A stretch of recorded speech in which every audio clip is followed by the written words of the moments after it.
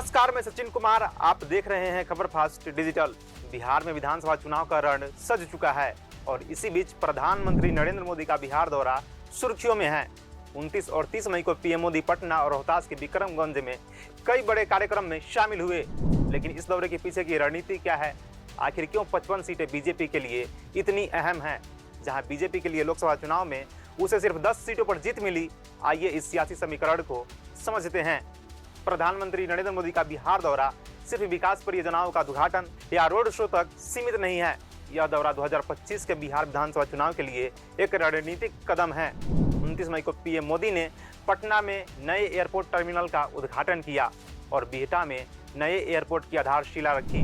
इसके बाद शेखपुरा मोड़ से बीजेपी कार्यालय तक 3 किलोमीटर का एक भव्य रोड शो किया, जिसमें 32 जगहों पर उनका स्वागत किया गया।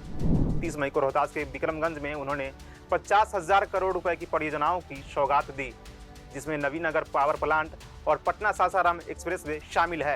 लेकिन सवाल यह है कि ये दौरा सिर्फ विकास के लिए या इसके पीछे कोई बड़ा मकसद है? बिहार में कुल 243 विधानसभा सीटें हैं और बीजेपी एनडीए गठबंधन की नजर खास तौर पर 55 ऐसी सीटों पर है जो 2024 के लोकसभा चुनाव के लिए उनके लिए चुनौतीपूर्ण रही है। ये 55 सीटें उन 7 लोकसभा क्षेत्रों से जुड़ी है जहां बीजेपी और उनके सहयोगियों को हार का सामना करना पड़ा। इनमें रोहतास जिले की सासाराम, काराकाट और बक्सर जैसी सीटें शामिल हैं, जहां महागठबंधन ने बाजी मारी। 2024 के लोकसभा चुनाव में बीजेपी ने बिहार की 40 लोकसभा सीटों में से सिर्फ 12 पर जीत हासिल की, जबकि एनडीए ने कुल 30 सीटें जीती। लेकिन इन 7 हारी हुई लोकसभा सीटों के तहत आने वाली 55 विधानसभा सीटों पर बीजेपी और सहयोगी दलों को सिर्फ 10 सीटों पर जीत मिली थी। यानी इन 55 सीटों पर महागठबंधन का दबदबा रहा था। अब बीजेपी इन सीटों को जीतकर 2025 में अपनी स्थिति मजबूत करना चाहती है। पहला, विकास का संदेश। पीएम ने 48,520 करोड़ रुपए की 16 परियोजनाओं को सौगात दी, जो बिहार के विकास को रफ्तार देगी। यह वोटरों को दिखाने की कोशिश है कि एनडीए सरकार विकास के लिए प्रतिबद्ध है। दूसरा, ऑपरेशन सिंदूर का जश्न। रोड शो में ऑपरेशन सिंदूर के पोस्टर और नारे दिखे, जो बीजेपी के राष्ट्रीय सुरक्षा और विदेश नीति की सफलता को दर्शाते हैं। यह भावनात्मक मुद्दों को भुनाने की रणनीति है। तीसरा, गठबंधन की एकजुटता। जेडीयू के साथ गठबंधन को और मजबूत करने के लिए नीतीश कुमार के नेतृत्व में एनडीए की एकजुटता का संदेश दिया जा रहा है। केंद्रीय मंत्री लल्लन सिंह ने कहा कि बिहार में अगला चुनाव नीतीश कुमार के नेतृत्व में ही लड़ा जाएगा। विपक्ष ने भी पीएम मोदी के दौरे पर तंज कसा है। आरजेडी के मनोज झा ने बिहार को विशेष राज्य का दर्जा देने की मांग उठाई, जबकि कांग्रेस की सुप्रिया श्रीनेत ने कहा कि पीएम के वादे सिर्फ चुनावी जुमले है। तेजस्वी यादव ने भी पीएम के दौरे को डायलॉगबाजी करार दिया।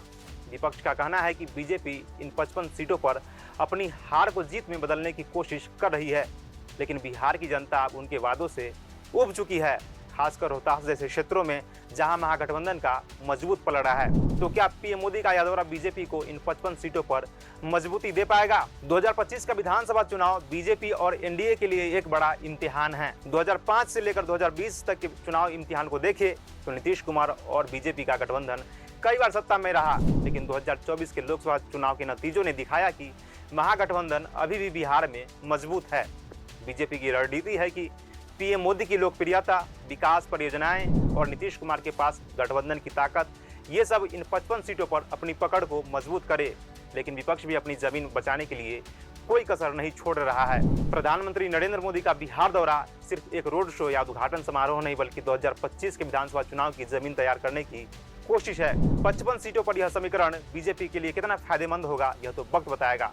लेकिन ये तय है कि बिहार की सियासत में भी और गर्मी बढ़ने वाली है। इस खबर पर आपकी क्या राय है, हमें कमेंट सेक्शन में जरूर बताएं।